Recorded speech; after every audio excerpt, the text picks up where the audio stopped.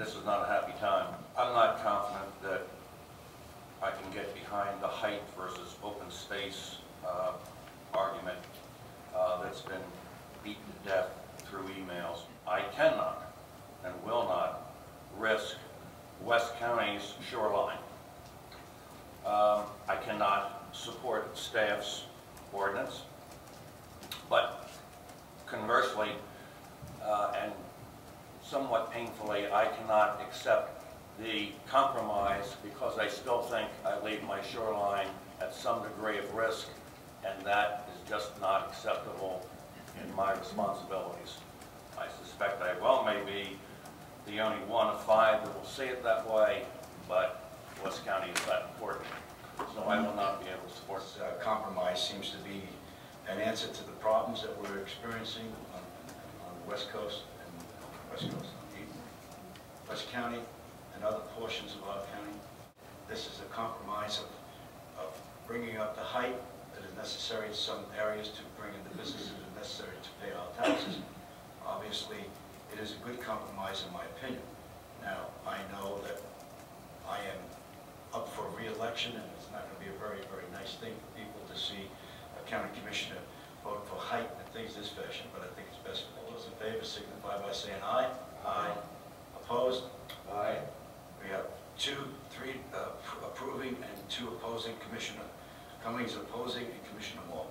If we start building a 65-foot lane right there at the end of the thing, plus all those other condominiums along 775, there's no way that we can get off of our island, in case of a hurricane, unless we leave dates, days ahead of time. I think it's a step in the right direction. I think it's important for our county, and I think it's very important to not skip a generation, and hopefully this will take us in that direction. I believe that we'll now be able to keep some of our youngest and brightest people in the county because we can possibly bring some businesses that will promote job growth, and I think that's very important. And without that, i.e.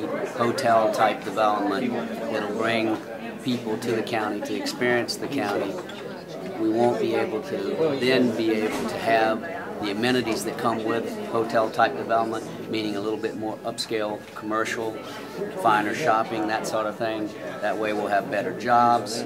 It's a good thing all the way around for the entire county. And I think our retirees that like it just the way it is, a lot of those folks will appreciate the lifestyle enhancement and the energy that may come from these types of projects and developments that maybe we can now get done. And it's a good compromise, because if we did nothing, I think if you don't progress, you regress. And I think we're in a serious regressive state in our economy, and I think it's very important to progress, and I think this is a step in the right direction that we will be able to progress. The GICIA was not in favor of buildings going over 35 feet, and we have been in opposition to any change to the PD that would do that since February when this began.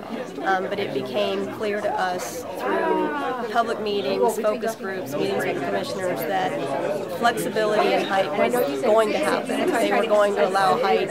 The revision that was in place on the 24th was completely inappropriate, allowed no protections for the coastal areas, and we feel that the compromise does allow some protection. We will be able to go before the commissioners and oppose inappropriate development, and it does give the 1-to-1 ratio for height and open space, which we feel will limit the number of properties that will be eligible for this type of PD on the coast.